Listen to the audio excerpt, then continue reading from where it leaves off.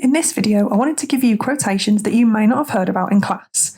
In some schools, because of time constraints, some scenes get summarised rather than analysed in depth, so I've tried to provide quotations that are a little more secretive, but still so great to know or reference if relevant. So you'll know I've made plenty of other quotation videos. Please don't feel like you need to know every single quote from every single video word for word.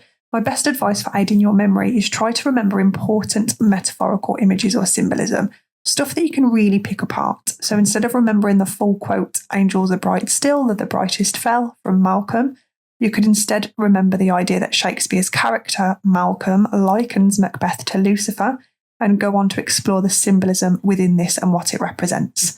This is still analysis, and AQA, for example, don't specifically ask that you remember quotes word for word. The mark scheme says references, not quotes, but of course, check for your individual exam board. So let's start with Ross. Ross is a Scottish nobleman who is seen frequently throughout the play. He is often seen delivering news. For example, he is the one who tells Macbeth he has been awarded the title of Thane of Cawdor, and he goes to check in on Lady Macduff too. Ross actually says one of my favourite quotes in Macbeth. This is a fantastic one for conveying the turmoil that Macbeth has brought on Scotland by killing Duncan. So in Act 2, Scene 4, he says, "By the clock 'tis day, and yet dark night strangles the travelling lamp." So Ross speaks with the old man in the scene right after the murder has been discovered. He comments on the unnatural darkness that covers Scotland even though it's daytime, with the travelling lamp being a metaphor for the sun. In the same conversation, they discuss how horses eat each other and an owl attacks and kills a hawk. All these things are unnatural and are brilliant for symbolism in terms of Duncan and Macbeth. Now looking at this quote specifically, to zoom in here, the verb strangles is barbaric and murderous, conjuring images of an attack. This is of course representative of the attack on King Duncan. It also suggests that the whole of Scotland has suffered, since the sun brings light to all. To be strangled would cause breathlessness and choking, indicating the ways that Scotland has been choked of light. Furthermore, just as the sun provides light and life to the world and has now been extinguished, Duncan, as God's representative on earth, cannot provide light to his subjects anymore either. On a wider scale, it is symbolic of all things natural and rightful being taken from the earth. Essentially, this turmoil in nature mirrors the moral upheaval in Scotland. Ultimately, the phrase metaphorically suggests that the natural order has been disrupted, reflecting the chaos and disorder following Duncan's murder. The imagery of darkness enveloping the earth highlights the pervasive sense of evil and foreboding. I want to be clear that disrupting the great chain of being hasn't just meant the hierarchy is now missing a king. To disrupt this very strict hierarchy, Jacobeans believed, would be to disrupt literally everything around them. Nothing is as it was, and this scene makes that very clear. There is mention of the darkness and even cannibalism between horses. Things that should not happen are suddenly happening, indicating the wide-spanning turmoil of disrupting the great chain of being. Don't write this in your essay, but imagine it like a Jenga block being pulled out without care. Everything comes tumbling down. Now, overall, I would say this quotation is great for themes of consequences, violence, turmoil and chaos, and even kingship, because this is what happens when an undeserving king rules. Now, the quotation for number 2 that you can see on the screen there is from one of the murderers just before they kill Banquo, as per Macbeth's orders. They await his presence so they can ambush him and attack. In this quotation, the murderer simply comments that the end of the day is near. The sun sets in the west, so that's your clue there. The murderous description of the lingering daylight and the approaching night sets a foreboding tone. The phrase, "the west yet glimmers with some streaks of day," suggests the last remnants of daylight, symbolising the end of hope and the coming of darkness, both literally and metaphorically. The word glimmers denotes a faint light, indicating that there is only a little light remaining and it is ultimately being overpowered by darkness. This faint light can be interpreted as the remaining hope and goodness represented by Banquo, who is seen as a foil to Macbeth. He too will be overpowered by darkness as the murderers await his presence to kill him on behalf of the dark Macbeth.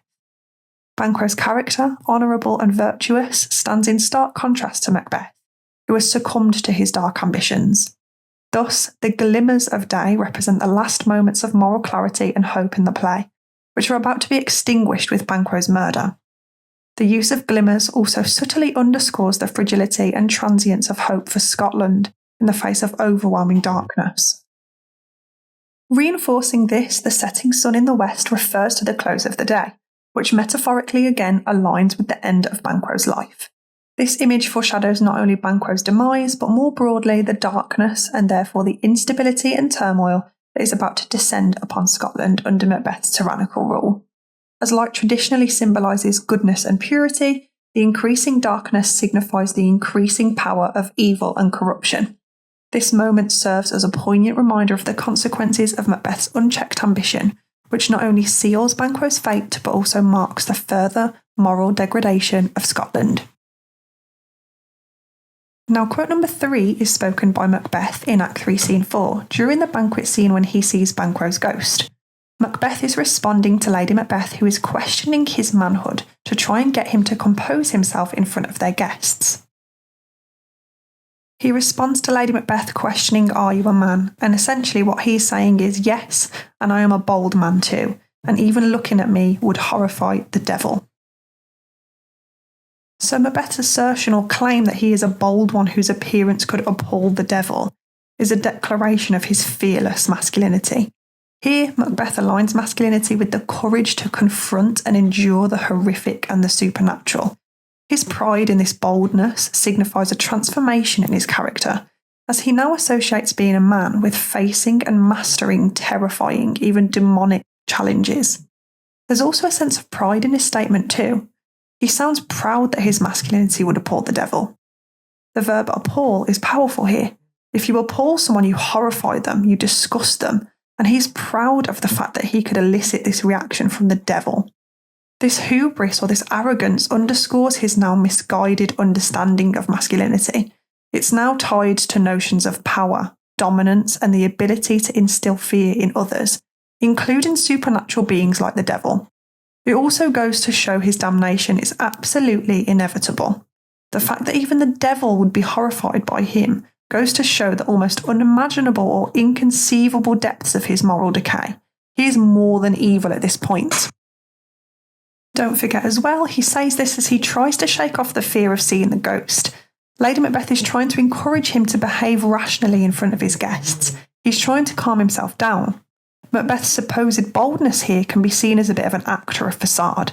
If he's trying to calm himself down, it's a sort of coping mechanism for his escalating guilt and paranoia. His declaration is a desperate attempt to assert control over his crumbling psyche and the supernatural manifestations of his conscience. Finally, I also really like this quote for showing the change in Macbeth compared to before in Act 1, Scene 7. You've got the moral descent, the hubris, the tyranny, and the themes of masculinity in terms of how you might use this with questions that you get. And previously in Act 1, Scene 7, Lady Macbeth challenges Macbeth's masculinity by questioning his courage and resolve to murder King Duncan. She taunts him by saying, "When you durst do it, then you are a man." At that time, Macbeth's understanding of masculinity was tied to his loyalty to the king. He says, "I dare do all that may become a man, who dares do more is none." And that was very similar to Macduff, all tied to loyalty. And obviously through Lady Macbeth's successful manipulation, his masculinity becomes centred on proving his bravery through the act of regicide. And over the course of the play, like we said, it becomes more tied to power, dominance, and the ability to instill fear in others, like we said. So you can really use this quotation on the screen and compare it to previously in terms of showing that moral descent, the arrogance, and the tyranny that's really overcome him now. Okay, next up we have this quotation from the Doctor, spoken as he observes Lady Macbeth sleepwalking alongside the gentlewoman. He notes that he won't be able to cure her of her suffering. In fact, she needs the divine, not him as a doctor. He essentially suggests the only hope she has of being cured is from the power of God. And to be clear, this is from Act 5, Scene 1, when we see her sleepwalking and she's clearly suffering mentally. This statement implies that her condition is beyond physical healing, needing spiritual intervention. Now, if you're talking about Lady Macbeth's character in your assessments or your exam, this is a great one that doesn't come directly from her character, but goes some way in showing her suffering and inevitable damnation. The word more is used here to emphasise Lady Macbeth's desperate situation. The Doctor simply feels that whatever he can offer is worthless in comparison to the divine help she actually needs. Furthermore, the juxtaposition of him as the physician and the word divine emphasises that whilst he might be able to help with physical ailments or mental illness, he immediately recognises that what he is witnessing before him is far, far more than that. It cannot be cured with a practical suggestion from him or any sort of medicine he might be able to provide. In fact, a spiritual cleansing or being absolved from sin is what she needs. This therefore does suggest that he seems quietly aware of her evil deeds, maybe not in full, but suspicious of some foul play certainly. Of course, though, with the fact he works for Macbeth, he has to tread very carefully with his words, and therefore doesn't say any more than this in terms of what he thinks the issue is. It's a great quote for exploring Lady Macbeth's punishment from God. For committing regicide, she cannot escape God's judgment due to her part in disrupting the great chain of being.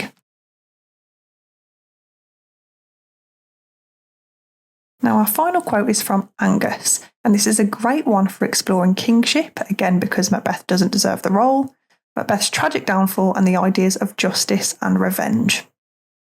In this part of the play, Act 5, Scene 2, the army are preparing to attack Macbeth's castle, and the noblemen and the army gear themselves for war. Angus reflects on Macbeth's deteriorating reign, noting how the weight of his secret murders burden him. This simile is crucial for its vivid depiction of Macbeth's unsuitability as king. When Angus says now does he feel his title hang loose about him like a giant's robe upon a dwarfish thief, he is saying Macbeth is in a role that isn't his. It also suggests his time is running out as king. The image of a giant's robe on a dwarfish thief not only suggests that Macbeth is not fitting of the role he has snatched from Duncan, but also connects back to the earlier metaphor of borrowed robes from Act 1, Scene 3. Macbeth himself questions why do you dress me in borrowed robes when given the title of Thane of Cawdor, as he still believed the original Thane of Cawdor to be leading this role. Here and now, though, in Act 5, Scene 2, the borrowed robes, which once symbolised Macbeth's uneasy assumption of power, now transform into a giant's robe, emphasising that his authority is not only ill-fitting, but overwhelmingly unsuitable. As he would be the dwarfish thief in a giant's robe, it also emphasises the fact that kingship is too much of a grand role for him. He is too small or inferior to cope with the largeness of such a role. This reinforces the theme of legitimacy versus illegitimacy in terms of power, reminding the audience of the natural order that Macbeth has disrupted.